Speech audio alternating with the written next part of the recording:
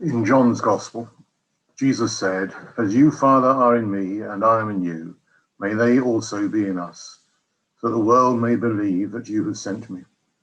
The glory that you have given me, I have given them, so that they may be one as we are one, I in them and you in me, that they may be completely one, so that the world may know that you have seen me and have loved them, even as you have loved me."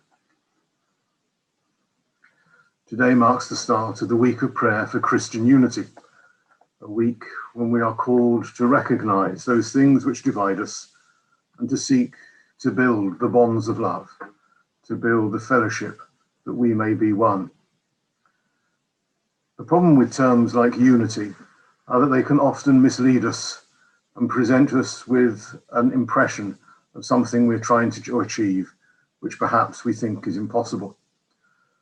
To be one doesn't necessarily mean to be the same.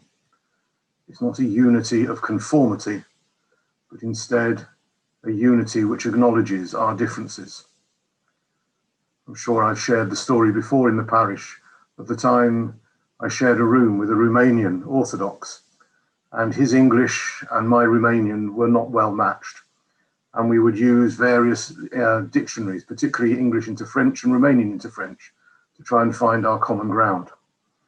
And he would often get the word wrong and talk of unity in perversity rather than unity in diversity. It always makes me smile when I think of that expression, of how we're called to be one.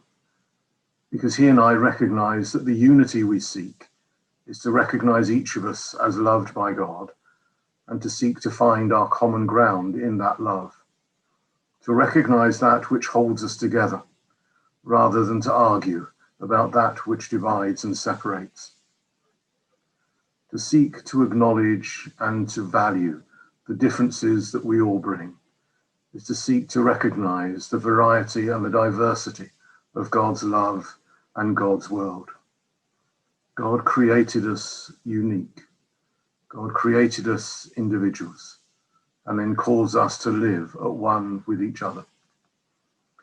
So this week, let's not pray that we may all become the same, that we may all be like each other, but instead that we may recognize, to learn and to value and to affirm the differences that each of us bring, to recognize in those differences the presence of Christ, and to show that respect and that love for each other, as Christ calls us to show that love and respect for the whole of his creation.